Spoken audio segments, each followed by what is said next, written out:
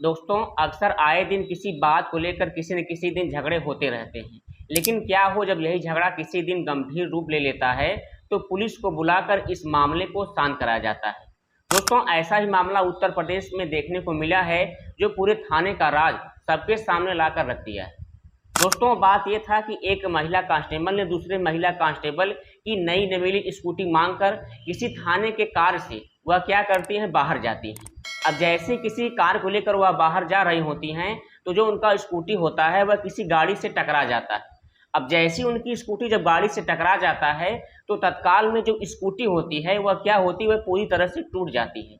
अब जैसे इस बात की जानकारी जिस महिला कांस्टेबल की गाड़ी थी उसे मालूम होता है तो इन दोनों में बहुत ज़्यादा झगड़ा हो जाता है।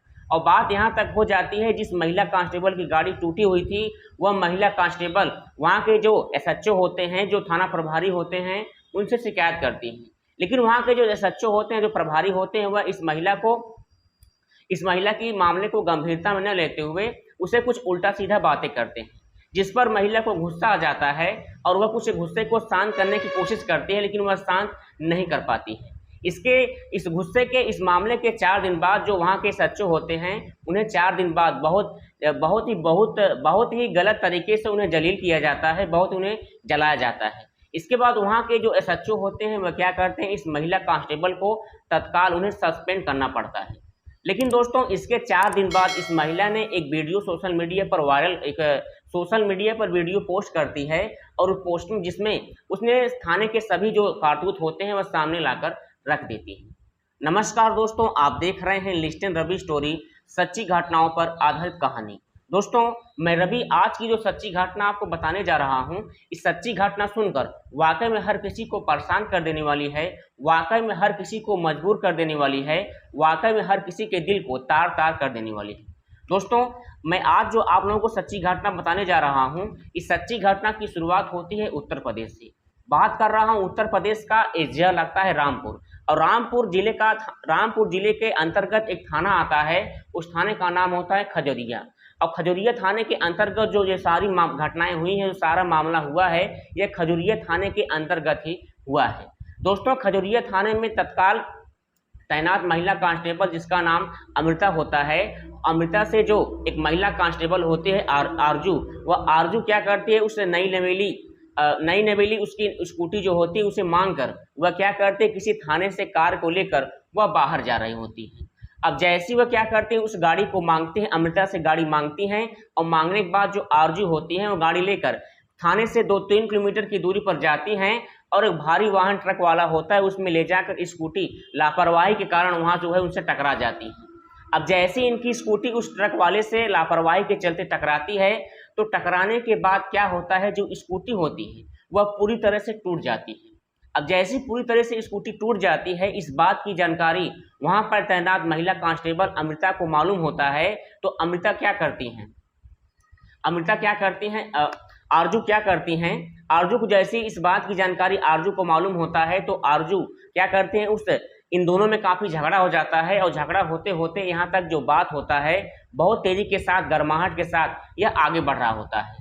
जब इन दोनों में झगड़ा होता है, झगड़ा होने के बाद जब कुछ मामला शांत होता है तो आरजू क्या करती हैं, अमृता के खिलाफ उस थाने में जो है मुकदमा दर्ज कराने की पेशकश करती हैं।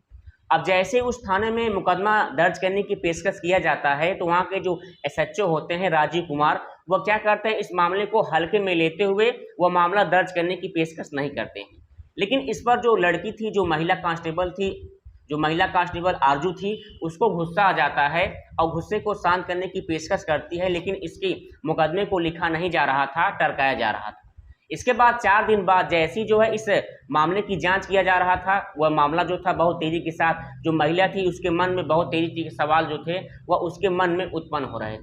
दोस्तों, 24 मई को उस महिला की जो नई स्कूटी थी उसका एक्सीडेंट हुआ था, उसके गाड़ी का टूटा फूटा हुआ था, और 28 मई को यह आरजू होती है, इस महिला अमृता के खिलाफ उस थाने में मुकदमा दर्ज करने के लिए राजीव राय से न्याय की गुहार लगाती है। लेकिन जो राजीव एसएचओ प्रभारी होते हैं इस मामले को लिखने से इनकार कर देते हैं, और वह अमृता को एक अच्छा महिला कांस्टेबल बनाते हैं और उसके बारे में अच्छी अच्छी बातें बताते हैं कि वो महिला थी, वो बहुत बढ़िया वो बढ़िया बहुत पुलिसकर्मी है, उसके बारे में आप इस तरह से बातें न करें।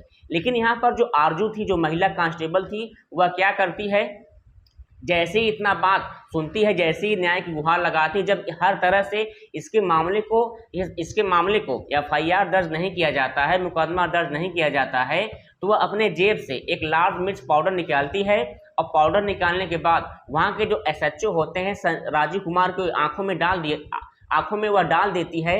और डाल देने के बाद वह क्या करती है, बगल में रखे डंडे से वह प्रहार करने लगती है।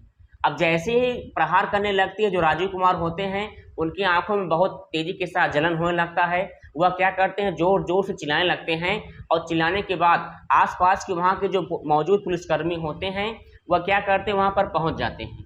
और पहुँचने के बाद वह क्या करते हैं, सबसे पहले राजीव कुमार के आंखों को धोते हैं और धोने के बाद वहाँ पर जो राजीव कुमार होते हैं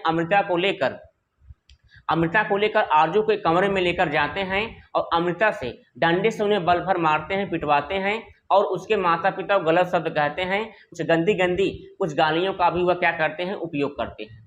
इसके बाद इस मामले की जो मामला था बहुत तेजी के साथ आगे बढ़ रहा था, लेकिन जो महिला कांस्टेबल आरजू थी उसका जो गुस्सा था वह 7वें आसमान का था। 7वें आसमान का कहने का मतलब यह है कि वह क्या करती है, इसके बाद वह पुलिस स्टेशन में आती है। पुलिस स्टेशन में आने के बाद वह एक वीडियो क्या करती है, सोशल मीडिया पर पोस्ट कर देती है। अब जैसे ही यह वीडियो सोशल मीडिया पर पोस्ट करती है, तो पोस्ट करने के बाद यह जो मामला था बहुत तेजी के साथ उत्तर प्रदेश से कई अन्य राज्यों में अन्य जिलों में यह पोस्ट क्या हो रहा था, वायरल हो रहा था। और इस पोस्ट में एक कहानी लिखा गया था। उस कहानी में इस महिला ने लिखा था कि यहाँ के जो SHO हैं जिनका नाम राजीव कुमार है, उनका एक अलग से CO दफ्तर है। अब जैसे उनका अलग से CO दफ्तर है, तो उस दफ्तर में अमृता को उनके साथ रखते हैं, उससे बातें करते हैं, उसके साथ दिन भर ठहरते हैं और अपने गाड़ी में बैठा कर उसे दिन भर घुमाते हैं। घुमाने के साथ साथ जो अमृता है उसके साथ अवैध संबंध भी है, इसकी जानकारी उस वीडियो में वह अमृता ने बताया है। फिलहाल दोस्तों, जो वहाँ के जो पुलिसकर्मी होते हैं, जो CO दफ्तर के आसपास जो पुलिसकर्मी होते हैं, उन्होंने सीओ के आक्रोश में आकर वह क्या करते हैं, उस महिला के खिलाफ, आरजू के खिलाफ गलत बयान देते हैं और इसे तुरंत सस्पेंड करवा देते हैं। लेकिन दोस्तों, आरजू जो महिला थी वह जो है इस SHO के खिलाफ जो है वह काफ़ी गंभीर धाराओं में वीडियो को पोस्ट कर रही है और पोस्ट करने के साथ साथ सारी समस्याओं को वह बता रही है। दोस्तों, वहाँ के जो SP हैं जिनका नाम जो है राजेश त्रिवेदी है, राजेश त्रिवेदी जी कहते हैं फिलहाल इस मामले की अभी जाँच किया जा रहा है। जब तक कोई निष्पक्ष जांच नहीं आ जाता है तब तक आरोपी के बारे में, तब तक SHO के बारे में कुछ नहीं कर सकते हैं। फिलहाल अभी जांच जो है जारी है। दोस्तों, फिलहाल इस आरजू महिला और अमृता के बारे में और SHO राजीव के बारे में आप लोगों का राय क्या है, कमेंट सेक्शन में जरूर लिखें। और ऐसे अमेजिंग इन्फॉर्मेशन वीडियो के लिए हमारे इस यूट्यूब चैनल को सब्सक्राइब कर लीजिए, लाइक करिए, ताकि ऐसी घटनाएं आपको मिलती रहें। मिलते हैं नई पेशकश कहानी के साथ, तब तक के लिए नमस्कार।